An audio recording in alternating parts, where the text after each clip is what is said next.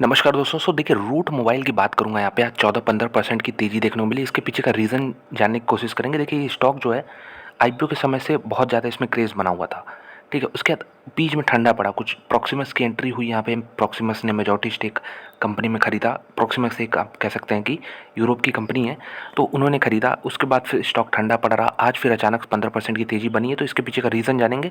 एक बार return profile जल्दी से दिखा देता हूँ। 22% के रिटर्न्स हैं एक महीने में, ठीक है। एक महीने में अच्छा परफॉर्म किया है, लेकिन एक साल में अगर आप चले जाएंगे तो 12% के ही रिटर्न्स है। मार्केट को नहीं बीट कर पाया है, और जब से पूरी लिस्टिंग हुई 144% के रिटर्न्स है।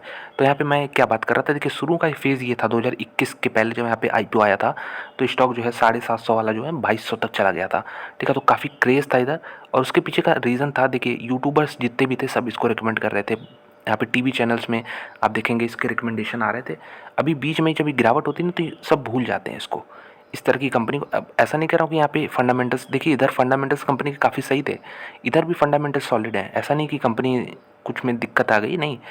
ये गिरावट होती है अर्निंग्स पे दोस्तों। यहाँ पे कंपनी के जितने अर्निंग्स एक्सपेक्टेड थे उतने नहीं आए, ठीक है। अब इसका मतलब ये भी नहीं कि अर्निंग्स नेगेटिव हो गए हैं, लॉस होने लगा, ऐसा नहीं था। मार्केट एक्सपेक्ट इतना कर रहा है तो अर्निंग्स नीचे आ रहे हैं, तो स्टॉक प्राइस जो है, वैल्यूएशन जो हाइयर था उसका, उसको कम कर दिया गया। तो वो चीज़ हुआ बीच में। यहाँ पे इसमें कंपनी भी बिक गई, ठीक है। प्रॉक्सिमस ने यहाँ पे स्टेक खरीद लिया पूरा, और आज की अगर हम बात करें 1750 पे क्लोज हुआ। एक ब्रेकआउट का सीन बन रहा है।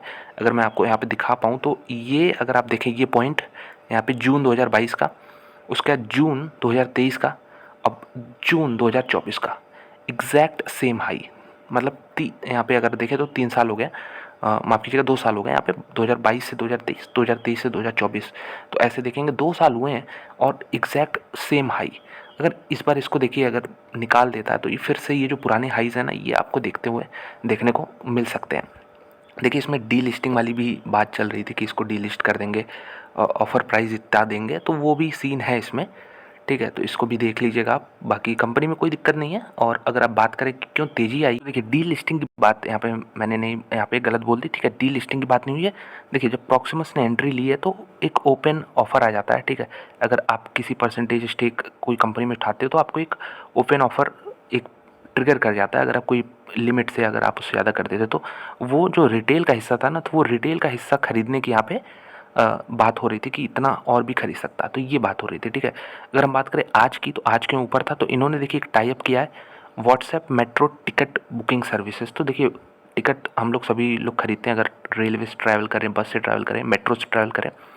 तो जो मेट्रो का यहाँ पे पार्ट है, अगर आप देखें तो यहाँ पे हैदराबाद, नागपुर, पुणे, ये जो 3 शहर हैं, यहाँ पे मेट्रो ऑपरेट करती हैं कंपनियाँ। तो यहाँ पे जो पैसेंजर, उनके लिए एक अगर हम बात करें तो, कि एक कंपनी है बिल इजी ई सोल्यूशन। तो इन्होंने जो अपना WhatsApp based rail ticket booking services है इन 3 शहरों के लिए, पुणे, हैदराबाद और नागपुर के लिए, मेट्रो के लिए, इसको यहाँ पे एक्सटेंड किया। मतलब यहाँ पे पार्टनर किया है, रूट मोबाइल ने इस कंपनी के साथ पार्टनर किया है ये सर्विस देने के लिए कि व्हाट्सएप पे आप टिकट बुक कर सकते हैं। तो इसका फ़ायदा देखिए बहुत है, क्योंकि अगर आप देखें तो इन तीनों शहरों का अगर हम देखें तो बहुत सारे लोग यहाँ मेट्रो यूज़ करते हैं। मैं देख रहा था कहीं डेटा कि 75 लाख लोग यहाँ पे यूज़ करते हैं।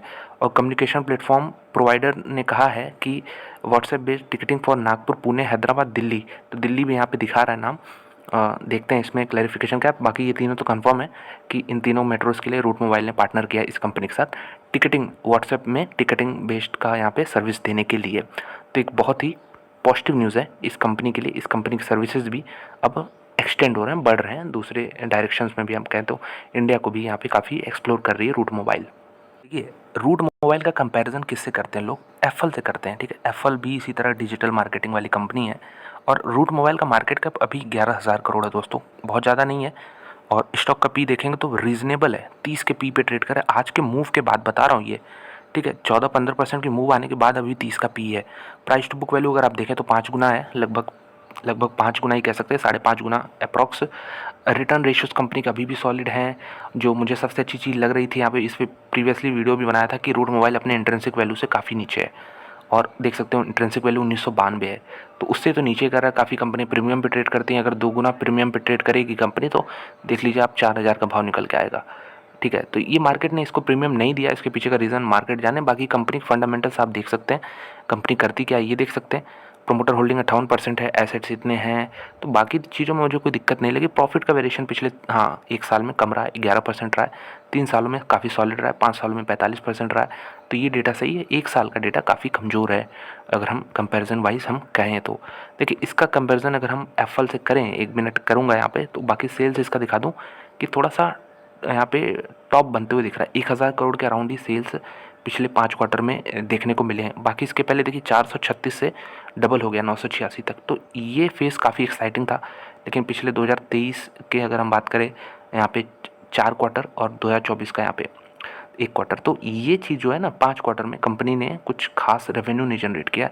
रेवेन्यू नहीं जनरेट किया तो प्रॉफिट्स में भी हम देखें तो 104, 92, 88 ये भी वही चीज़ है यहाँ पे, जो यहाँ डबल हुआ जितने टाइम पीरियड में उतने में यहाँ पे सेम फ्लैट है, तो ये दिक्कत रही है। बाकी अगर आप ईयर ऑन ईयर डेटा देखना चाहेंगे तो देखेंगे कि 2024 में भी सेल्स बढ़ा है 23 के मुकाबले, 500 करोड़ ही सही लेकिन बढ़ा है।